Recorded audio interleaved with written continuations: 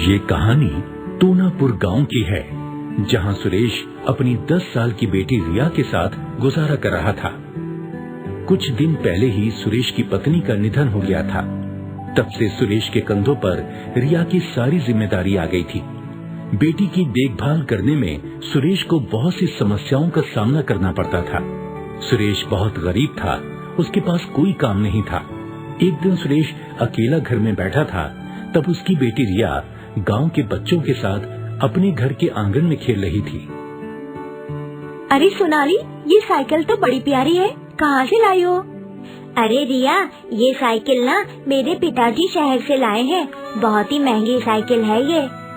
अच्छा, तो फिर मुझे एक बार चलाने के लिए दो ना ये साइकिल सोनाली।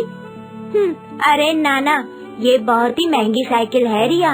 अरे सोनाली, मुझे अपनी नई साइकिल चलाने के लिए दो ना। हाँ हाँ कविता, ये लो और जी भर के चलाओ। सोनाली ने अपनी नई साइकिल कविता को दे दी और कविता साइकिल लेकर वहाँ से गांव की गलियों में घूमने लगी। अरे सोनाली, जब मैंने तुमसे साइकिल चलाने मांगी तो तुमने एकदम से मना कर दिया, और कविता ने मांगी तो तुमने बिना उसे मना किए साइकिल दे दी। ऐसा क्यों सोनाली? अरे रिया, कविता के माता पिता कितने धनी हैं। अगर उसके हाथों मेरी साइकिल टूट भी गई ना, तो उसके माता पिता मुझे नई साइकिल दिलवा सकते हैं। और तुम तो ठहरी एक गरीब लड़की, तुम्हारे पिता के पास क्या है? अगर तुम्हारे हाथों से मेरी साइकिल को कुछ हो गया तो तुम कहाँ से मेरी साइकिल की भरपाई कर पाओगी? और वैसे भी तुम जैसी गरीब लड़की की औकात नहीं है इतनी महंगी साइकिल चलाने की, समझी? सोनाली, ये औकात की बात ना करो, मेरे पिताजी भी मुझे नई साइकिल दिलवा सकते हैं। तभी वहाँ कविता आ गई। अरे भाई, ये औकात की बातें क्या चल रही है यहाँ? अरे देखो ना कविता, ये गरीब रिया मुझ जैसी धनी लड़की के मुंह लग रही है। कहती है कि इतनी महंगी साइकिल इसके पिता भी इसे दिलवा सकते हैं। अरे छोड़ो ना सोनाली, क्यों ये गरीब रिया की मुंह लगती हो?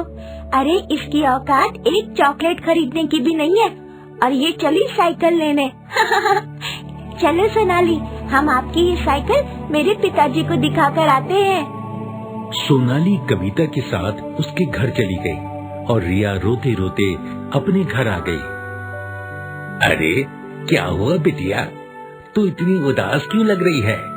पिताजी, मुझे अभी एक नई साइकिल दिला दीजिए। आपको पता है आज मेरी सहेलियों ने मेरा कितना अपमान किया। कहती है कि आप मुझे महंगी साइकिल नहीं दिला सकते। अरे बिटिया, तेरी सहेलियां सही कहती हैं। मैं इस लायक नहीं कि तुझे साइकिल दिला सकूं। तेरा बापू बहुत गरीब है बिटिया, बहुत गरीब है। बस करिए पिताजी, सारे गांव के लोग कोई ना कोई काम करते हैं और पैसे कमाकर अपने बच्चों के अरमान पूरे करते हैं, और एक आप है जो मुझे एक साइकिल तक नहीं दिला सकते। मुझे माफ करना बिटिया, मैं तो रोज काम की तलाश में निकलता हूँ, लेकिन कोई मुझे काम नहीं देता। क्या करूँ? बस करिए पिताजी, इस गांव में बहुत से काम है करने को। आप भी खुद कोई काम नहीं करते, तो इसमें क्यों दूसरों को आप दोष दे रहे हो? अरे जब मुझे पालने में आपको इतनी ही तकलीफ हो रही है तो मुझे पैदा ही क्यों किया? आज आपके कारण मेरा कितना अपमान हुआ है। मेरी बच्ची, तूने बिल्कुल सही कहा। मैं बहुत बुरा पिता हूँ। आज मैं अपनी बच्ची की एक ख्वाहिश भी पूरी नहीं कर सकता, फिर मेरे पिता होने का क्या मतलब?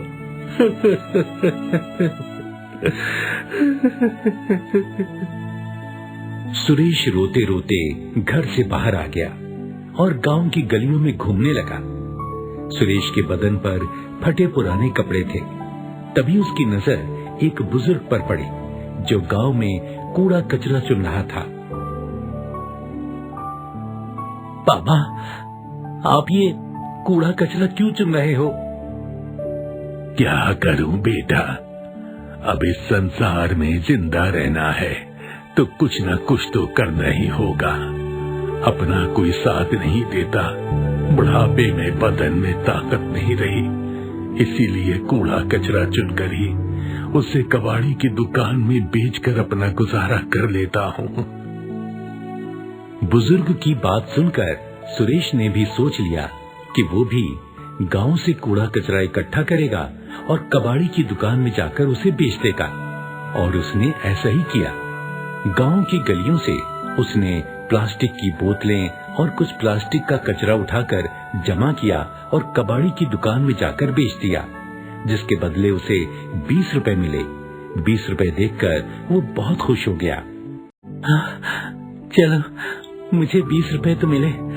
अब मैं 20 रुपए में से 10 रुपए में अपनी बिटिया के लिए कुछ खाने की चीज ले जाता हूँ और बाकी पैसे बिटिया की साइकिल के लिए रख देता हूँ। सुरेश ने रास्ते से 10 रुपए की पाव भाजी ली और अपने घर आ गया। आपके हिस्से की पाव भाजी कहाँ है पिताजी? अरे वो बिटिया, क्या है ना, मुझे रास्ते में आते आते बहुत भूख लग गई थी, इसीलिए मैंने अपने हिस्से की पाव भाजी रास्ते में ही खा ली। पिताजी, आप मुझसे झूठ क्यों कहते हो? आपके पास ये पैसे कहाँ से आए? आपके पास तो एक पैसा भी नहीं था ना, फिर आपने पाव भाजी कहाँ से ली? मुझे मेरे बचपन का एक दोस्त मिल गया था, उसी ने मुझे 20 रुपए दिए और मैं उन्हीं पैसों में तुम्हारे लिए पाव भाजी ले आया। अच्छा, तो अब आप मुझे भीख दिए पैसों की पाव भाजी खिला रहे हो? काश कि आज माँ जीवित होती। इतना कहकर रिया अपने बिस्तर पर जाकर सो गई। लेकिन सुरेश बहुत उदास हो गया। वो रात को सो भी ना सका। अगले दिन सुबह सुरेश घर से निकला और गांव में कूड़ा कचरा इकट्ठा करने लगा। इसी तरह कई दिनों तक काम करते करते उसे रोज 20 से 30 रुपए मिल जाते। अब सुरेश के पास कुल 200 रुपए जमा हो चुके थे। एक दिन वो गांव में कूड़ा कचरा चुन रहा था। 100, 200, ये तो अभी 200 रुपए ही जमा हो पाए हैं। इतने कम पैसों में तो साइकिल नहीं आ पाएगी। अब मैं क्या करूं? अरे, ये तो रिया के पिता है ना कविता? हाँ हाँ, ये तो रिया के पिता है, पर ये कूड़ा कचरा क्यों उठा रहे हैं? देखो, बेटी कहती है वो नई साइकिल खरीदेगी और पिता यहाँ कचरा चुन रहे हैं। ये बात का पता तो रिया को चलना ही चाहिए कि उसके पिता क्या काम करते हैं। एक दिन कचरा ढूंढते ढूंढते सुरेश के हाथों में सोने की मूर्ति लग गई। ये देखकर सुरेश हक्का बक्का रह गया। हाँ, अरे ये तो सोने की मूर्ति है, लेकिन ये कचरे में कैसे आई? कोई देख तो नहीं रहा मुझे। चलो, मैं इसे सुनार के पास ले जाता हूँ, वो मुझे इसके बहुत सारे पैसे दे देगा। सुरेश ने खुशी के मारे सारा कूड़ा कचरा वहीं फेंक दिया और सोने की मूर्ति लेकर सीधे सुनार की दुकान की तरफ दौड़ता हुआ गया। सुनार ने जब उस सोने की मूर्ति को देखा तो उसके होश उड़ गए। हाँ, मूर्ति तो भाई सोने की ही है। इस मूर्ति की मैं तुम्हें 5 लाख रुपए दे सकता हूँ। जी, 5 लाख रुपए? जी, आप मुझे 5 लाख रुपए दे दीजिए।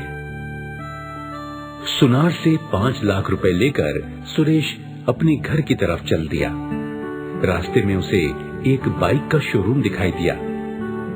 हाँ, अरे मेरी बिटिया तो साइकिल लेने की जिद कर रही थी ना, चलो मैं उसके लिए नया स्कूटर खरीद लेता हूँ। ये देखकर मेरी बच्ची बहुत खुश हो जाएगी। हाँ। सुरेश ने शोरूम से स्कूटर खरीदा और अपने घर आ गया। जब उसकी बिटिया रिया ने वो नया स्कूटर देखा तो वो देखकर खुशी के मारे पागल हो गई। अरे, नई स्कूटर? हाँ बिटिया, देख, मैं तेरे लिए नया स्कूटर लेकर आया हूँ। सच पिताजी, ये स्कूटर आप मेरे लिए लाए हो? हाँ हाँ मेरी बच्ची, मैं ये स्कूटर तेरे लिए ही लाया हूँ और अब मैं आज से तेरी हर ख्वाहिश पूरी करूँगा। जो तू कहेगी वो चीज मैं तुझे ला कर दूंगा। और अब हम ना इस घर में नहीं रहेंगे बेटा, अब हम एक नया घर खरीदेंगे और उसमें रहेंगे। तेरी सहेलियां तेरा मजाक उड़ाती थी ना बिटिया, अब वो तेरा मजाक नहीं उड़ाएंगी। और हाँ बिटिया, एक बात हमेशा याद रखना, जीवन में कभी भी किसी गरीब का मजाक मत उड़ाना। क्या पता किसी गरीब का भाग्य कब चमक उठे, ये कोई नहीं बता सकता। रिया की बदली हुई जिंदगी को देखकर उसकी सहेलियां बहुत शर्मिंदा हो गईं। उसके बाद रिया का जीवन एकदम बदल गया। सुरेश के हाथ इतनी बड़ी सफलता जो लगी थी। सुरेश ने एक बड़ा सा घर भी ले लिया था और सुरेश एक बढ़िया सा कारोबार करके अपना और अपनी बेटी का पालन पोषण करने लगा था।